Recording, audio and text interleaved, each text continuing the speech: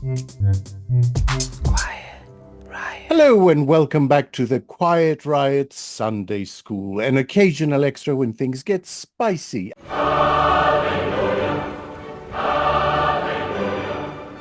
I'm Alex. And I'm Naomi, and I'm glad you said occasional, Alex, because I don't think I can promise to be able to do every Sunday. But this general election, it just keeps on giving. So here we are. Yes, here we are. So there's been a couple of big polls in the last couple of days. The opinion poll is on the front of the Observer today, and then there was another one for the Mirror a couple of days ago that was equally, well, actually even more catastrophic for the Tories. Talk me through it. Well, with the opinion poll, that one is interesting because their model tends to slightly favour the Tories. So last weekend they had them with Labour on a 14-point lead, and then within the space of a week, they've now got Labour on a 20-point lead. With a model that tends to favour the Tories. So that is significant. You know, it's quite a prudent model and it's not an MRP, so it's not calling which seats are going to be won or lost. That won't, of course, stop people plugging that poll into national uniform, swing things to try and show how disastrous it's going to be. But, you know, it will be yet more bad reading for Number 10 and those in and around Sunak. Yeah, the one on Friday was an MRP, I think, wasn't it? Well, And that was that electoral was, calculus, and I think that went in the Mail, a- and that is and very much a forecast. So they've done a lot of tactical vote assumption building into that model, and yes, it was pretty catastrophic. I take their method with a pinch of salt. I have seen some of our own MRP that we're still working our way through. We're hopeful that we'll get ours out, within the next couple of weeks. But I think what I would want listeners to understand is at this stage, it's still early in the minds of ordinary voters, and the way they're answering polling questions doesn't totally reflect how they're actually going to vote. And that's why we're holding back for a bit. One other mm, point about the Observer one, though, with opinion, their field dates were during the saga internally in Labour over Diane Abbott and her having the whip restored, and will she or won't she stand, and will be allowed to stand, and Angela Rayner taking a slightly different position from Starmer for a couple of days. That doesn't seem to have hurt them in overall poll numbers one iota. In fact, they're up. yeah, so I have a theory about that, okay? I Go on. consume a lot of politics, as You you do? know. And what I've observed in the last few days is that partly as a function of the Labour Party not wanting to comment further on the situation, right? Yeah. So they weren't sending a lot of their people to panels and programs generally. So what has happened is that most of them, to have a sort of balance, they had like a Tory person on the panel, and then they had someone from the Labour left on the panel, who are sort of both people who might dislike Starmer for entirely different reasons. And a lot of the discussion over the last few days has involved people really in very short order accusing Starmer of being a socialist because of that quote he gave a few days ago, and then being accused of being a sort of secret Tory. So the net effect has been to have two quite angry people for their own reasons going, he's too far to the right, he's too far to the left. And I think what people watching come away with is that he's probably neither. I also think that people rarely even know who their MP is, and they certainly don't care about who's going to be a candidate in another part of the country. Mm, mm, And Lotto, so sorry, that's shorthand for Leader of the Opposition Office. I think they know that, mm. and I think you're right. You know, the kind of mixed messaging around it has had a net neutral impact from the Abbott issue. I did feel a bit sorry for the Spocks that were out last week trying to put their pitch on a policy position and then the journalists just constantly asking them about internal Yeah, stuff. yeah. So, for instance, Wes Streeting probably had the brunt of that. Almost every single interview he did Hmm. had to focus far more on the Diane thing than what he was saying with regards to the NHS. There is a pattern here, though, right? If you compare the Diane Abbott situation with, say, Azhar Ali in Rochdale, but there Yeah. have been other occasions where Starmer has either been, I mean, one option is to think that he's indecisive or slow. Another option is to think that he's quite cynical and waits to see where the wind blows, waits to see whether he can ride a particular issue out before sort of making the decision. So is that a fair accusation? Oh, I don't know. What do you think? Have you read that biography of Starmer? Because, The Tom Baldwin one. yeah, yeah. I haven't. Um, I feel like I have because I've seen so many interviews with Tom about it, but I confess I haven't read the book. Well, I think what emerges out of it, and is also, I would imagine, has been even further drummed into him by his barrister training, is that he's someone that hates to be made to make a decision on the spot. He really likes to go away And weigh and up the look at the evidence. thing and then decide. And that can be, in a sort of 24-hour news cycle, that can be a massive problem, a massive disadvantage. But it is an alternative narrative to this idea that, he's either slow and indecisive or cynical. To me, what really jumps out about his character is that he hates to be put on the spot. And, he goes, no, I will go away and think about it, and then I'll make a decision. And it can be a flaw, but it can also, I mean, in a leadership position, it can be a huge advantage. I'm not Well, sure about it. interestingly, I'm in two minds. I can't decide whether I want a leader that kind of picks a horse and stick to it, or whether yeah. I want someone actually that goes away and thinks about stuff. And I think I tend to lean towards the latter. And that is an interpretation of these events that you hear almost nowhere. No, interestingly, you hear similar about Sunak, and I've read quite a few articles in the right wing press over the last 6 months where senior Tory briefing Mm, journalist says the man is maddening. He won't take decisions. It will be around the cabinet table, and he'll be poring over spreadsheets and information and asking for more and more and more information rather than just making a decision, sticking with it, and giving the party a kind of clear sense of direction of travel. So it's fascinating that actually that's something that could potentially be leveled at them both, and might yeah. be why we're not actually seeing many big news stories. And what jumped out at me today from the front pages of the Sunday papers is how little big policy stuff you've got there. Yes. So I thought the Yes, Sunday that's true. Times lead was quite weak actually in talking about Starmer and Diane Abbott getting a peerage if she stands down. And there was a sidebar column about Farage, which I'll come back to in a sec. You had the Sunday Mirror had to go with a big story on Trump and Stormy Daniels breaking her silence over all of that and basically say, lock him up and throw away the key. And then you had, bits of polling on the others, but none of them was sort of big policy scoop. Here, I'm going to give my Mm. favorite paper the exclusive on this big story of the week coming through. And I think given that we are in a general election period, that tells us a huge amount Yes. about the cautiousness of both of the main parties in not wanting Yeah. to break cover on big stuff. Look, I agree completely with that. I think it does tell us a huge amount, but I don't think it reflects similarly on both parties, right? Because No, if no, of your course. party is 20 points behind, you Yep, need you to be doing the running. saying something, right? I mean, Keir Starmer would like to have a quiet next 5 weeks if he could, Of course. just Yeah. by maintaining this narrative of it's time for change and being 20 points ahead. The more striking thing is that it's the Conservatives that are not coming up with eye-catching policy. And It, I mean, today their big thing was announcing that they will build 100 new GP surgeries. And everyone's reaction will be, is that to go along with your 40 new hospitals that you indeed. never built? And you're dead right. And so what the right-wing media are doing is to try and fill that vacuum. So Yeah. Mail on Sunday have led with a big pressure piece on the Conservatives for Sunak to announce tax cuts off the back of these terrible polls that have been coming out. And then you've got other papers like the Sunday Express doubling down on Project Fear. Labour is going to put taxes up. So by not giving the papers big policy directional stuff, the papers are sort of coming up with it themselves. Make them up. For God's sake, give us something.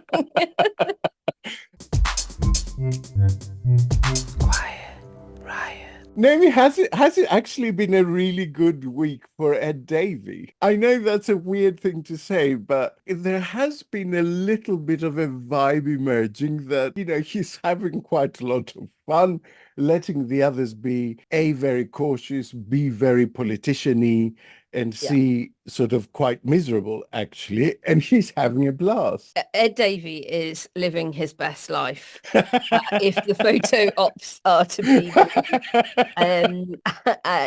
Sunak's election announcement may have forced everyone to cancel their holiday plans in the run-up to the 4th of July. He's turned his into a holiday, and it's been, he looks like he's an advert for Centre Parks. He's just been doing all of the outdoor activities possible. And I hear two things from Lib Dems: those that are saying this is great, he looks happy, confident, fun, it's getting him noticed, and those saying we don't look serious, we don't look like a serious party, we don't look like the kind of party you would hope to sort of have the balance of power in a coalition, or confidence in a supply arrangement, or a serious party that can put pressure on the new government, the new Labour government. So they're very, very divided on it, between those that think great, it's good publicity, and those that are saying, all right, enough now, you've also I know, but I tend to think that a genuine British trait, obviously you can't generalize about these things, but there are British traits, and one of them is that they like this sort of irreverence and this, and not treating things so comedy, seriously. Our listener Nick asks, hello, Nick, whether this election was basically lost months ago and all the campaigns can influence now is the margin. And I just wonder, are people like, let's say, Owen Jones actually right? Is it safe to vote for other parties, to put pressure on Labour to register you're upset with a particular policy or something like that? I think it's a bit too early to tell, for one big reason, and that is that nominations have not yet closed. Why does that matter? They close next Friday on the 7th of June. And I mentioned earlier the sidebar bit on the Sunday Times front page, which is an interview with Farage, where he says, I want to not just merge my party with the Conservatives, I want to take them over. I wrote about this in The Guardian last year. I think he's long modelled himself on a Canadian politician called Preston Manning, who left the Conservative Party of Canada, set up the Reform Party, hoiked the Overton window over to the right, saw the traditional Conservative Party vote share collapse, and then he kind of took it back over and turned his original party back into the one he'd always wanted it to be. Trump is mentioned by Farage in this article as an inspiration of, a figure that's done similarly to the Republican Party over there. I don't trust this guy. He's done it before. I'm going to stand everywhere. We're going to fight the Tories. And then at the last minute, pulls candidates out. I still think, particularly with these terrible poll ratings that are not improving in any way, shape or form for the Tories, and in fact are going in the other direction, that there is still potential for a grubby deal to be done this week between Reform UK and the Tories. So until nominations have closed, I don't think MRPs are going to give you a very accurate picture of what's happening in each seat. I don't think we can appreciate fully where votes are going to go if a certain party isn't standing, and then that affected the squeeze that we've talked about on previous episodes. So I think it's still a bit too close to call, but Owen's not wrong when he says that first past the post is a ridiculous, arcane, undemocratic way of choosing who our MPs are, because most votes will not count at this election. And if you live in a very, very safe Labour seat, or indeed a very, very safe Liberal Democrat seat, the odds of anyone but those parties winning those seats is negligible. And there are more and more of those now that are looking like they're an absolute landslide for Labour. Quiet Riot.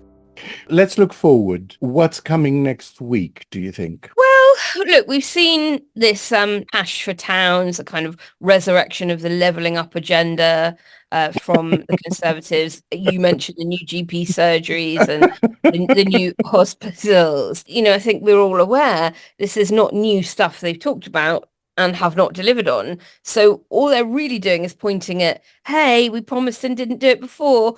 Trust us this time. Don't look at our record of failure.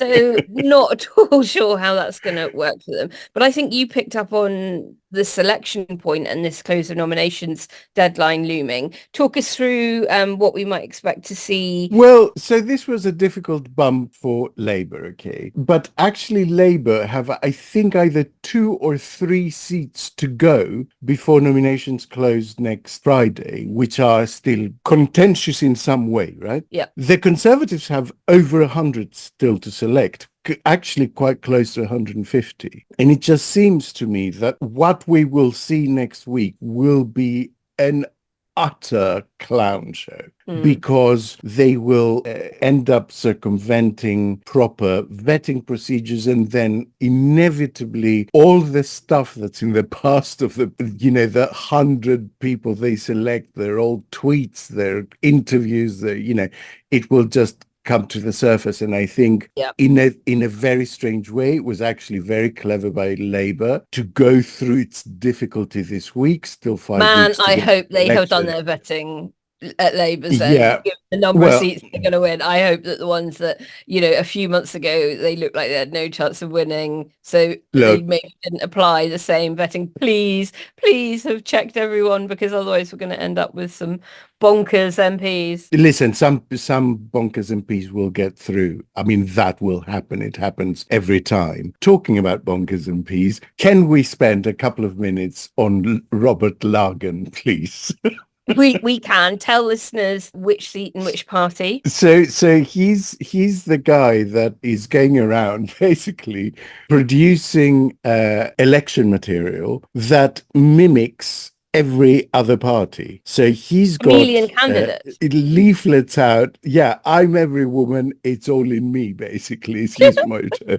He's a candidate for High Peak. Conservative That's candidate, a constituency. apparently. Yeah, well, he's a Conservative candidate, but his website looks like a green website, and he sent out leaflets and tweets that are completely either Reform branded or Labour branded, to the extent that Derbyshire Police has put out a tweet today saying, and I quote, "We wish to confirm that we have received a number of messages in relation to claims of election fraud raised due to concerns around marketing material. An incident has been created and will be reviewed." Now, of course, there is a chance this might refer to someone completely different. So, Robert has he won the seat in 2019 for the Conservatives, and like Liz Truss, he was an ardent Remainer. He worked for Greg Hands up until he got elected, and I think was sort of part of that Red Wall, Johnson success story. I heard a story that shortly before the 2019 general election, Greg Hands said to him, "It's looking very likely that you could get elected and I won't." Because of how much things are skewed. So I sort of think that Robert is a pro-European Conservative MP, or certainly was until he then becomes a candidate, as they all do at the moment. I'm sort of maybe not surprised to see him try some of these tactics to get re-elected, but I'm sort of surprised he didn't sort of do a Christian Wakeford, actually. I could certainly see him, or a Natalie Elphirk. I could certainly. Well, maybe he was planning to, but was taken by surprise. Who knows? I also think there will be a focus on immigration next week, because Starmer has made an announcement on immigration today, and I have a feeling in my waters that that's about to preempt the Tories doing a big week on immigration. I think on the front foot stuff, Labour are going to attack the Tories on the economy and mishandling of the public purse. Best of Britain's got a story today in the Sunday Mirror where we've done a kind of final roundup of our Scandalous spending tracker. And if you Google Best of Britain Scandalous spending tracker, you will get all of the details. But we've topped it out at 131 billion that the Tories have squandered on things like crony contracts to their mates, these duff deals that, they've signed and that have never gone through, caused an enormous amount of taxpayer cash to have been hemorrhaged on, and then just, squandering it on helicopter rides and photographers for the common sense czar or minister or whatever her name is. We've tracked it all, we've kept it abreast of it all, and I think that we'll see Labour doing something similar in terms of totting up all of the stuff that the Tories have wasted rather than invested in public services. So I think that might be something we see from them as a proactive rather than the reactive on the immigration stuff that clearly the right-wing papers are pushing Sunak to do more of, given that no other leaders seem to be doing anything when... It's quite worrying in that, they have to make it eye-catching, they have to top the Rwanda thing, and it just brings me shivers to think how they might do that, but I guess we'll find out. And the last thing is there's also a European parliamentary election next week. Thursday to Sunday, is that right? Is that because they are sensible people 6 that to allow 9, people to vote over more than one day? Yeah, 6 to the 9th. Now, this is a very confusing election, because if I went out and asked 100 people, what do you think is going on with the European election? I think 99 of them would say that the far right is about to sweep Europe. Oh, I think 95% of them would say, I didn't even know they were having elections. 5% might say the fair point. Say the far right. Fair point. The actual picture is much more complicated. There are anti-European populists that are expected to top the polls in 9 member states, which is a lot. Austria, Belgium, France, Hungary, the Netherlands, Italy, obviously, Poland, Slovakia, and the Czech Republic, I think, is the 9th, just from memory. And then there are several more countries where they will come second or third. The Alternative für Deutschland in Germany. There are quite strong far-right movements in places like Bulgaria and Portugal and even Sweden and Finland. And so that is the narrative. The way the votes are distributed means that we might get far-right parties breaking through in several countries, which is not unheard of, since the European parliamentary votes are treated often as a sort of protest vote on domestic politics. And there are forecasts that sort of show that the European Parliament will break down half and half between MEPs in what's called the Super Grand Coalition, which is the 3 parliamentary groups that are centre-right, centre-left and centre. And for the first time, I think there will be a strange balance of power between people who are in those 3 groups and people who are not in those 3 groups. The thing is, if you look at the Politico's poll of polls that tracks sort of voting intention across Europe, actually the picture hasn't changed that much. The EPP, which is the centre-right group, is a little bit down. The SND, which is the sort of centre-left group, is a little bit down. The Greens have suffered a bit of a loss. The centrist group has suffered a bit of a loss. And the right-wing groupings have had a bump, but not a massive one. So the thing is, with those rhetorics that are saying basically fascism is about to sweep across Europe, they imagine to me 2 quite unlikely coalitions, right? The first thing, which says the right will have control of the European Parliament, imagines that centre-right will do deals with the far right. Now, in most cases, the far right is the domestic rival of the centre-right and the Christian right. They really dislike each other. So I find that really difficult to believe. And then the other coalition that I was talking about, that they look at establishment parties, I guess, versus non-establishment parties, also assumes that people like the Greens and the left will work with people like the far right. That seems to me equally unlikely to happen.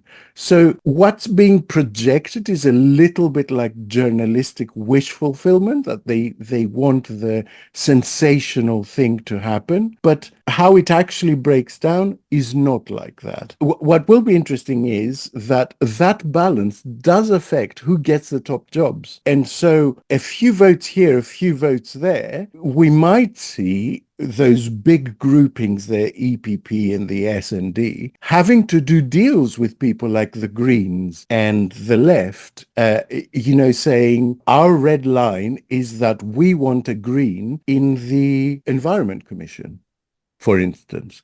And so you might see some quite interesting concessions in that. And it's worth noting from the UK perspective and what this might mean when we have a new government and we're going into, a fresh round of diplomatic discussion with Europe ahead of that trade and cooperation agreement review that will happen within 18 months of a new government here. It means that, there's sort of change of personnel on both sides, which hopefully will enable a more honest reset than we've had in terms of discussions in the last few years with the Conservative-led government on our side. And also just worth bearing in mind that the right in Europe don't tend to be particularly Eurosceptic. So, incidentally, they hate each other as well. So right. the Identity and Democracy grouping, which is the far-right grouping, at the moment is having a massive row because basically Marine Le Pen, the National Front bit of it, has thrown Alternative für Deutschland, the German bit of the far right, out of the grouping. So they're now sitting as a sort of non-affiliated independent because there's been a massive scandal in Germany about them accepting questionable donations. And because Marine Le Pen is trying to soften her image ahead of the French presidential elections in the hope of doing a Giorgia Meloni, she doesn't want to be associated with them. So she's thrown them out of that grouping in the parliament. So even the notion of all those far-right parties working very closely together is quite far-fetched. And that is a wrap on this week's Quiet Riot Sunday School. Remember, you can follow us on social media at Quiet Riot Pod or email our complaints department via quietriotpod@gmail.com. The full show will be back on Thursday, where we're going to dissect the latest from our own election campaign here in the UK, but also do a deep dive on foreign affairs, including the US election, Gaza and Ukraine, with very special guests. Thank you for listening, and thank you for putting Quiet Riot in the charts on both Apple and Spotify. We're the only politics podcast in there, I think, as far as I can see, without major media backing. So if any major media backing wants to get in touch, quietriotpod@gmail.com. Yes. So that's it from us. We are very, very grateful and love you very much. Yeah, we live, laugh, love you folks. Enjoy the rest of your weekend. Quiet Riot is an audio production by Cooler Heads with Naomi Smith, Alex Andreou and Kenny Campbell. Music by Mariana Sanghita. Artwork by Simona Canellu. Quiet Riot is a co-production with Sandstone Global. Quiet Riot.